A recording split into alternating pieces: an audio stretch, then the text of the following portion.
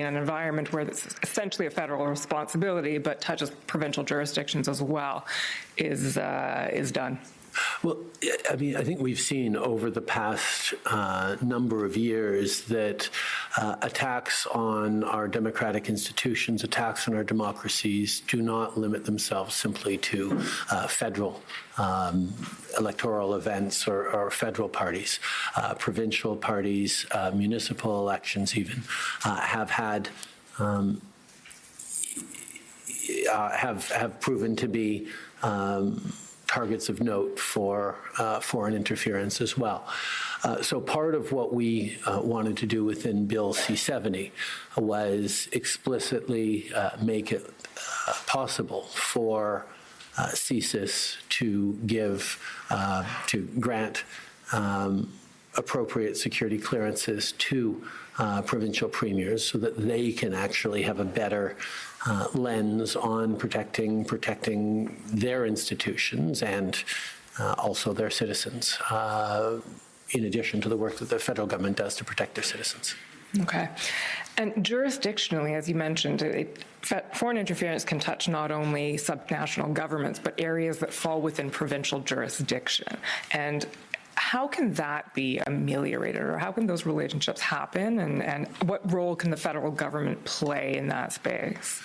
Well, I think part of protecting Canada, protecting our institutions, and protecting Canadians and our economy means people who have authority and responsibility over various aspects of our country should be able to be fully informed of the threats and look at what the responses are. I mean, one of the classic examples is there's a number of times where we've seen cyber attacks, significant cyber attacks, which are not foreign interference, but significant cyber attacks on provincial institutions, whether it be power grid or hospitals. The federal government has significant and deep expertise in cyber defense and cyber capacity. And it has been only over time that we have been engaged by the provinces to strengthen their defenses, as opposed to having each province build up its own exclusive cyber jurisdiction. It makes more sense to lean on the federal expertise and the federal tools to protect hospitals or whatever, even though they are fully within provincial jurisdiction. So that sort of collaboration between orders of government has been happening for a while in the cyber realm, can and should happen much more in the interference realm. But in order to do that, it'll be important that the appropriate people, premiers in this case, get the security clearances. It shouldn't be the federal government directing, for example, what's going to happen in a municipal or provincial election. That would be not appropriate. And quite frankly, sort of against the Constitution and the structures that we have in place as a federal government, as a federal system. But empowering the premier to be able to access relevant classified information that impacts upon their structures or institutions or their members and their areas of responsibility is exactly the right kind of principle, and that's something that this government has enabled and will continue to. So we're happy to do that. To go back to even before C-70 was passed, there have been instances in which we have directly brought in provincial premiers on issues that are directly relevant to them, but systemizing it in a much more robust way is what C-70 accomplished. Okay. We can take that down now, thank you. And for the next part of the question, you can pull up WIT 160. So these questions, Prime Minister, are going to focus around some intelligence regarding MP Michael Chong. And to pressure him, that's not the assessment that the professional analysts made. Can you speak to that? Well, that is an example where criminal leaks of classified information can be damaging to reputations, to people's confidence in our institutions and in our intelligence agencies. The conclusion that was drawn, I think it's a little further down on this page by the director of CSIS, is that there actually were no direct physical threats to Michael Chong or to his family. But that's certainly not the impression you get from the leaks of classified information that were selective and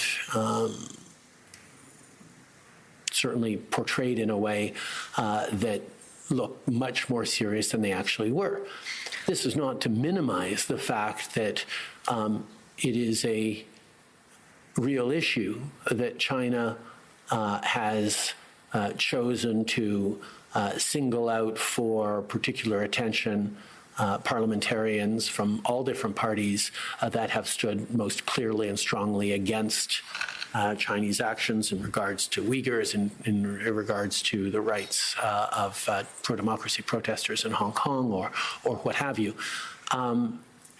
But the stories that circulated around this, that they were going after Michael Chong's family, are simply not borne out by the actual intelligence or the analysis by intelligence officials. Okay, let me stop you there and just ask the registrar to pull up Can Sum 17, please. So take the witness summary down and put up Can Sum 17.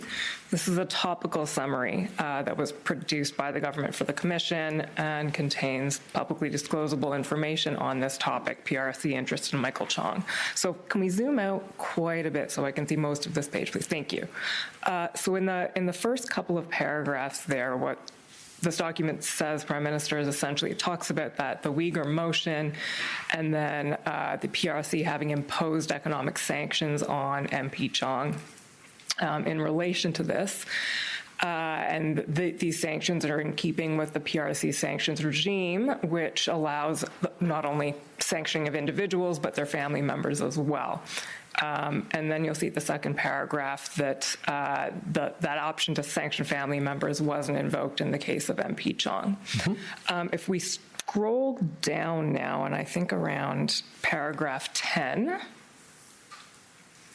so I think in somewhere in this document, there we go, paragraph 8, I think is what you were referring to, perhaps, and in this document at least. The CSIS director emphasized that CSIS intelligence did not reflect direct physical threats to MP Chong or members of his family or intention to cause physical harm. And then the last paragraph talks about how building process of using information through open sources and gathering information on MPs is part of regular diplomatic activity, which I think goes back to something you mentioned earlier this morning.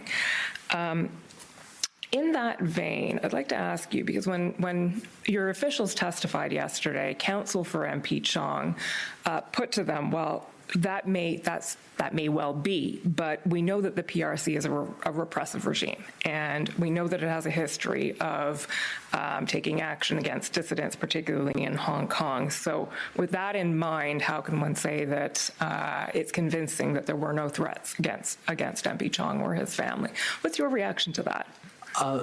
Our intelligence professionals, our intelligence services, examine threats to Canadians every single day and have to make determinations around which are credible, which are of concern, which require action, which require notification. I will highlight that even before the criminal leaks, there had been threat reduction measure meetings with MP Chong by intelligence officials who shared with him, the concerns about China's interest and negative views of him. That is entirely in keeping with the analysis and the roles and the responsibilities of our intelligence agencies. Okay. We can take that one down now, thank you. Within about a week of this article appearing in the Globe and Mail, significant action was taken by the government in response to PRC foreign interference, the PNGing of a diplomat named Zhao Wei. So we went through this in, I would say, painstaking detail with your officials yesterday. All right, so today we're diving deep into a story that's got it all, really. Oh, yeah. National security, you've got information sharing, even a little international intrigue sprinkled in. Okay, I'm intrigued. Lay it on me. It all starts with this Canadian MP, Michael Chong. Right. Turns out he was targeted by foreign interference. I'd heard something about that. And this whole thing sparked a big debate about this bill, Bill C-70. And this bill, what's it all about? Well, it's about giving provincial premiers security clearances. Interesting. So we're talking about giving them access to, what, national security info? Exactly.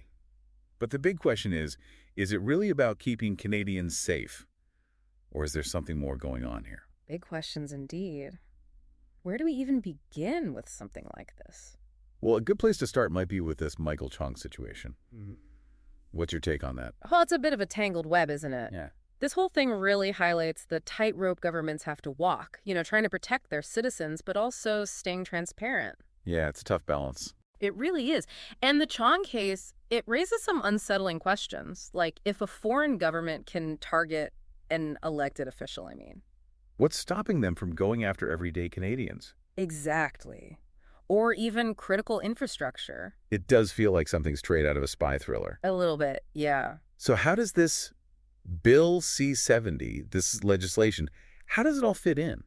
Well, like you said, the bill's supposed to give these premiers access to national security information. The thinking is if premiers who are, let's face it, responsible for their own province's security, Right, of course. if they're kept in the loop about potential threats. Then they can do a better job of protecting everyone. Exactly. Think about it. Like, imagine there's a cyber attack on a power grid. Okay, yeah, that's a scary thought. Right. So having that heads up could be crucial. I see what you mean.